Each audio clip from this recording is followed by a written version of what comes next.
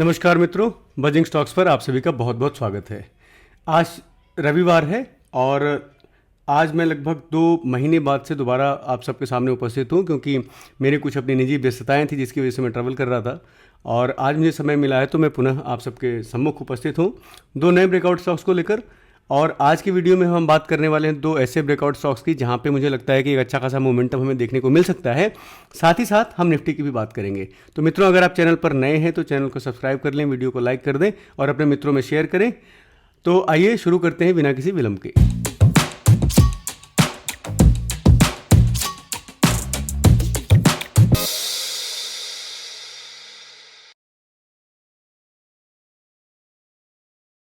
दोस्तों, आइए आरंभ करते हैं आज के इस हफ्ते के 2 ब्रेकआउट स्टॉक्स जहां पे मुझे एक अच्छा खासा मूवमेंट देखने को मिल सकता है, ऐसा लग रहा है। तो शुरू करने से पहले एक बार देख लेते हैं आज का डिस्क्लेमर क्या है। आज तारीख है 28 अप्रैल 2024, जिस दिन मैं वीडियो को रिकॉर्ड कर रहा हूं। अब तक आपको ये पता ही है कि डेली वीकली टाइम फ्रेम देखते हैं, 2 से 3 महीने का हमारा इसमें टाइम होराइजन होता है और हम मोमेंटम एक्सपेक्ट करते हैं। और मोस्ट इंपॉर्टेंट बात यह है कि मैं सेबी रजिस्टर्ड एडवाइजर नहीं हूं, तो किसी भी तरह का ट्रेडिंग या इन्वेस्टिंग डिसीजन लेने से पहले अपने फाइनेंशियल एडवाइजर से एक बार जरूर बात कर लें।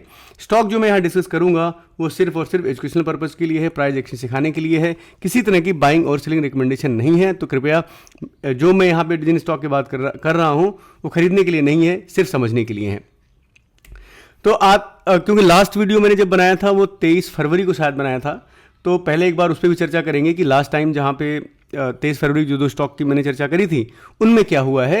और आप देखें तो 41 ट्रेडिंग सेशन बीत चुके हैं तब से जब मैंने बात करी थी। तो पहला स्टॉक था हमारा गोदरेज प्रॉपर्टीज लिमिटेड और पिछले 40 दिन में निफ्टी या फिर मार्केट की बात करें बहुत सारे उतार चढ़ाव देखने को मिले, कभी ऊपर जा रहा है कभी नीचे जा रहा है। लेकिन अगर गोदरेज प्रॉपर्टीज अगर आपके पास 14 डेज तक होता, अगर कुछ नहीं करते सिर्फ लेके बैठे होते तब भी क्या होता उसकी हम बात करते हैं। तो स्टॉक डिस्कस किया था हमने, 2468 रुपये का भाव चल रहा था और स्टॉक में हाई लगा है 2791 रुपये का, लगभग 13.5% ऊपर गया है। और अभी करंट मार्केट प्राइस है 2634 रुपये का, जो कि ऑलमोस्ट 7% ऊपर है। तो अगर आप कुछ नहीं करते हैं तब भी 7% का ऊपर स्टॉक रहा है गोदरेज प्रॉपर्टीज। दूसरा स्टॉक था हमारा फिनिक्स मिल्स लिमिटेड।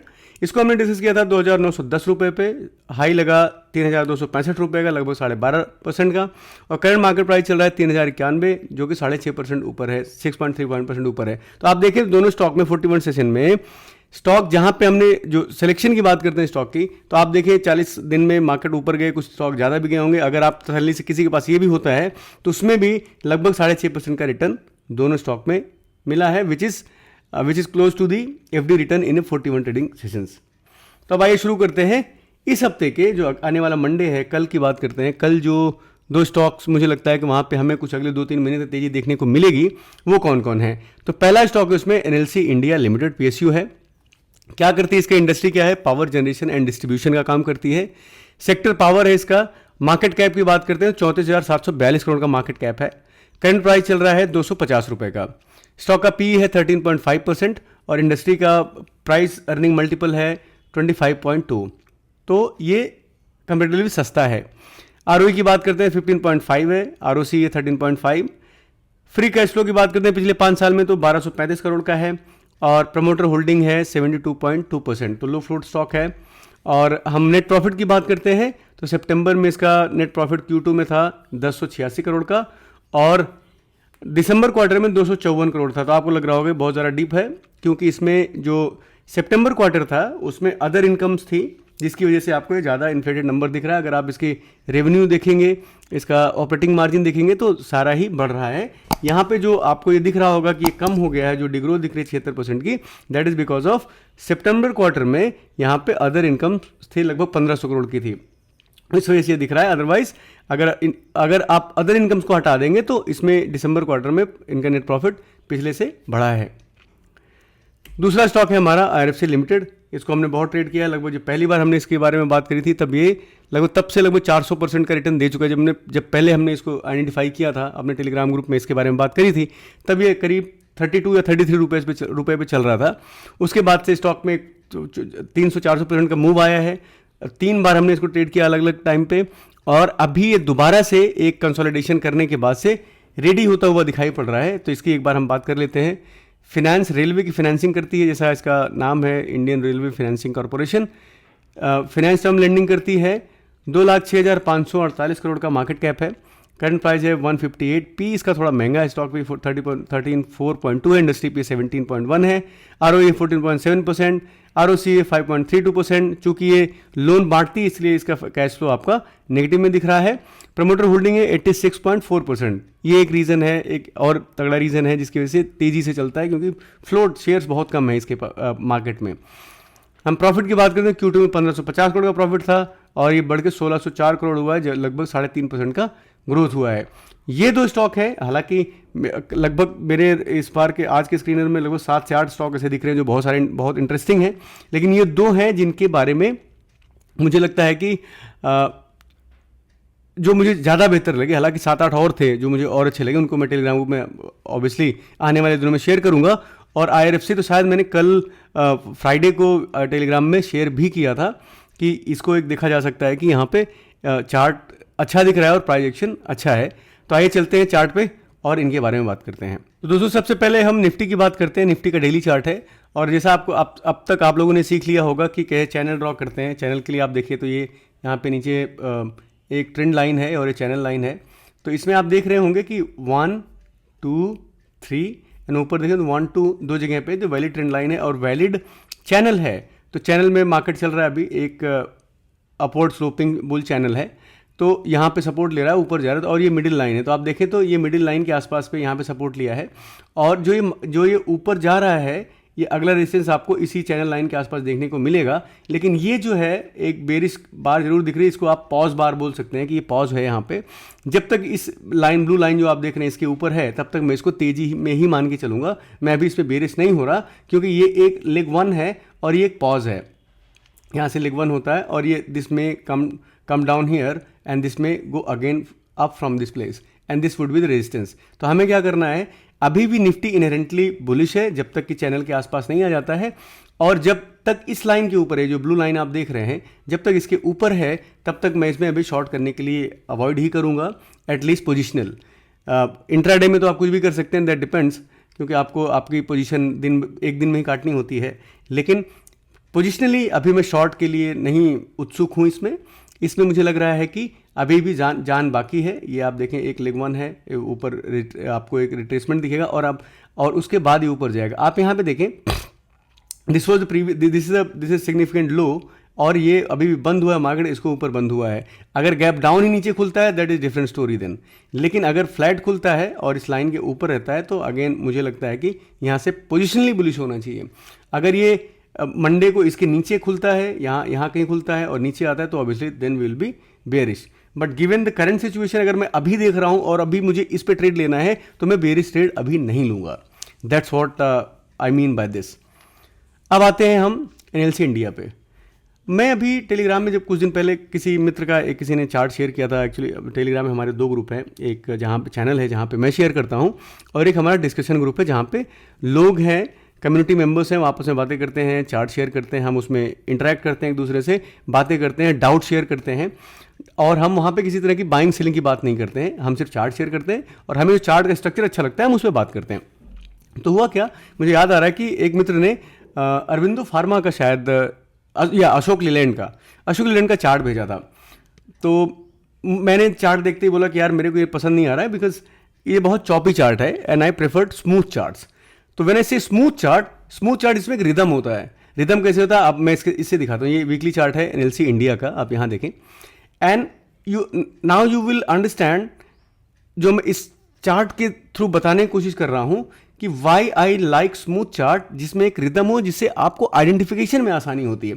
अगर कोई चार्ट जो अशोक लीलैंड का चार्ट है ऐसे है तो इसमें क्या करोगे आप, मतलब इसमें कोई रिदम नहीं है, अपने मर्जी चला जा रहा है, ऊपर जा रहा है, नीचे जा रहा है। But if you look at this chart NLC India का, ऊपर जाता है, नीचे आता है, leg 2 and you will see here it's a pull back, this is no problem. And pull back के बाद में आप देखें तो एक यहाँ पे जाते हैं, ये पॉज दिखता है आपको एंड दिसके अगर आप लेग काउंट करते हैं तो this again leg 2 and then again coming up. तो वीकली चार्ट पे ये शानदार दिख रहा है और अपने ऑल टाइम हाई के आसपास चल रहा है। तो मुझे लग रहा है कि जो यहाँ पे प्रॉफिट बुकिंग होनी थी, जो ये लोग बैठे हुए थे जिनकी प्रॉफिट बुकिंग होनी थी, हो चुकी है और अब यहाँ से एक अलग अपवर्ड जर्नी देगा। And if you look at this last week bar closing at its high, तो ये अपने आप में एक बुलिश क्लोजिंग हो रही है वीकली लेवल पे। तो मुझे लग रहा है एनएलसी इंडिया एक इंटरेस्टिंग चार्ट हो सकता है नेक्स्ट वीक के लिए, आपके वॉचलिस्ट के लिए स्टडी के लिए। लेना न लेना आपके फाइनेंशियल एडवाइजर के डिसीजन पर डिपेंड करता है, वो आप करें जैसा करना है।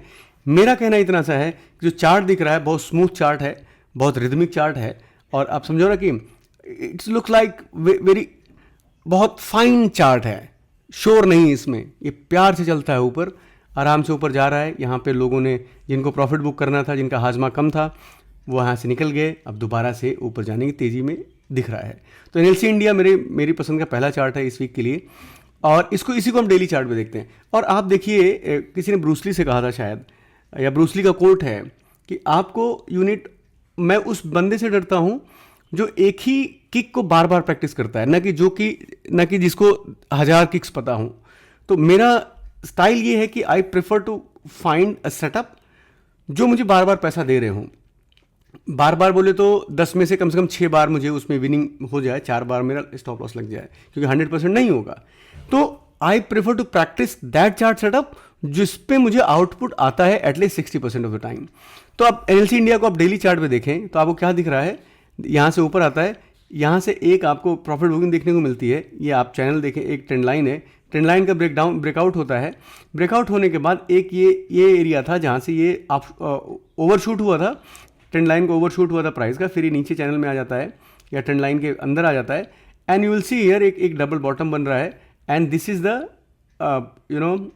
This is the previous resistance जिसके ऊपर कंफर्टेबली 250 पे क्लोज हुआ है, and this is what a trend line, again valid trend line आप देख रहे हैं। तो आपको एक ट्रायंगल भी दिख रहा होगा, एक ट्रायंगल भी दिख रहा है। तो मुझे जो लग रहा है, जितना मुझे प्राइस एक्शन समझ में आता है, मुझे ऐसा लग रहा है कि यहाँ से एक मूवमेंट इसमें बनना चाहिए, और जब तक इस लेवल के ऊपर है, आप ध्यान रखिएगा, या आप चैनल ये लाइन ड्रॉ करके रखेंगे आगे, जैसे जैसे प्राइस एक्शन ऊपर बढ़ेगा वैसे वैसे इसको आप आगे ड्रॉ करते हुए जाएंगे, और एटलीस्ट इस सिग्निफिकेंट लेवल का आप लो का एक, या फिर इस लो का एक स्टॉप लॉस लगाएंगे। जनरली ये स्विंग ट्रेड कर रहे हैं तो ये लगाएंगे, अगर आप लंबी अवधि के लिए ट्रेड कर रहे हैं तो ये वाला जो है स्टॉप लॉस लगाएंगे, और उसके बाद देखेंगे कि भाई ये ऊपर कितना जा रहा है। हो सकता है यहाँ थोड़ा सा रुके, फिर उसके बाद नीचे आके ऊपर जाए, लेकिन ओवरऑल जो मुझे लग रहा है अगले 2-3 महीने में एनएलसी इंडिया में हमें एक अच्छा मूव दिखना चाहिए।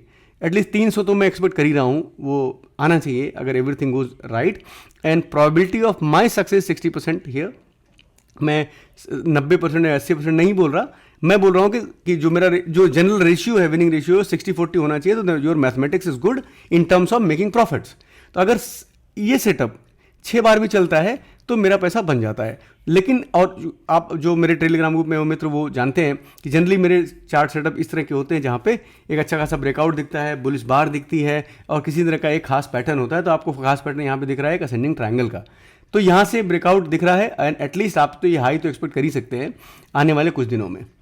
अब सिमिलरली जैसा मैंने बोला कि जो ब्रूसली वाली बात मैंने बोली कि I fear the person I don't fear the person who knows the hundreds of the kicks, but I fear the person who has mastered one kick 100 times, right? So I go with that philosophy.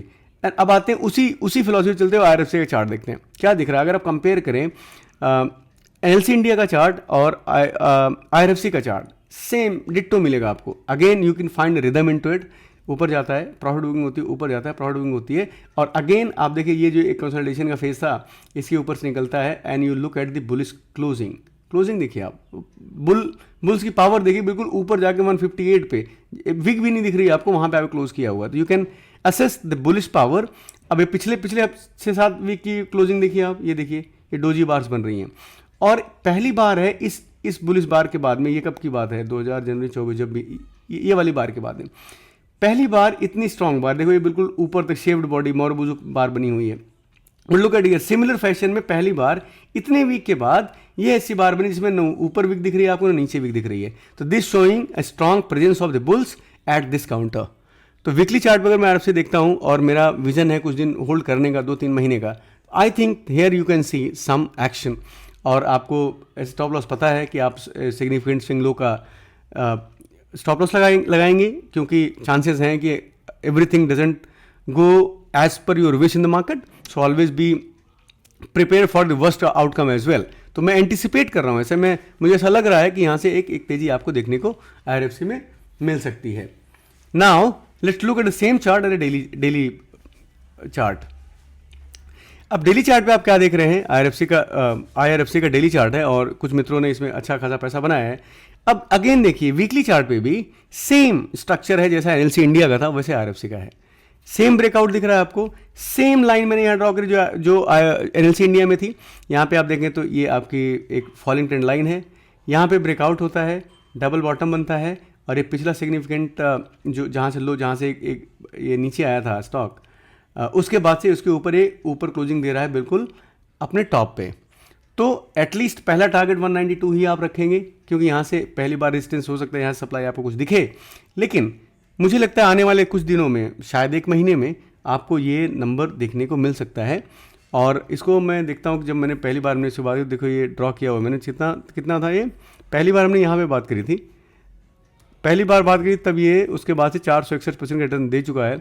Second time जब हमने इसमें entry ली थी अपने Telegram group में, हमने इसकी बात करी थी, तो उसके बाद से 274%। लास्ट जब हमने इसके बारे में बात करी थी तो उसके बाद से 142 का रिटर्न का हाई लगा चुका है। ये दोबारा से रेडी हो रहा है। तो आप देखें सिमिलरली, अगर आप यहाँ पे देखें तो ये जो सीन देख रहे हैं ना आप, सिमिलर सीन यहाँ पे हो रहा है, सिमिलर चीज़ यहाँ पे हो रही है। तो pattern is repeating itself and you can easily सी, जैसा हमने एनएलसी इंडिया में देखा कि यहाँ पे भी आपको एक ट्रायंगल, असेंडिंग ट्रायंगल देखने को मिल रहा है। तो यहाँ एक तेज़ी आपको देखने को मिल सकती है। स्टॉप लॉस अगेन, इसमें मैं आपको ये नहीं बोला कि आप उसको खरीद लें या स्टॉप लॉस ऐसे ही लगाएं, मैं ये नहीं बता रहा। मैं ये बता रहा हूँ कि लॉजिकली अगर आप IRFC का प्राइस चार्ट देख रहे हैं तो आपका स्टॉप लॉस क्या बनता है, ऑब्वियसली सिग्निफिकेंट लो। एक अगर आप लंबा वेट कर सकते हैं 6 महीने साल भर का, तो आपका स्टॉप लॉस यहाँ बनता है। स्विंग ट्रेड कर रहे हैं तो आपका सिग्निफिकेंट लो ये है, स्टॉप लॉस यहाँ पे बनता है। तो आप उसके हिसाब से अपनी पोजीशन साइजिंग करेंगे। स्टॉप लॉस अगर आपको लगता है 8% 9% है, उस हिसाब से अपना फंड एलोकेट करेंगे अपने फंड एडवाइजर से पूछ करके। तो मित्रों मुझे लगता है कि इस हफ्ते के लिए ये 2 स्टॉक आपको आपकी वॉचलिस्ट में रहने चाहिए, IRFC, एनएलसी इंडिया, और 7-8 स्टॉक और है जो मैंने सर्च करके रखे हुए हैं, उनको हम बात करेंगे जैसे वीक आगे बढ़ेगा। तो टेलीग्राम में उनको शेयर करता रहूँगा।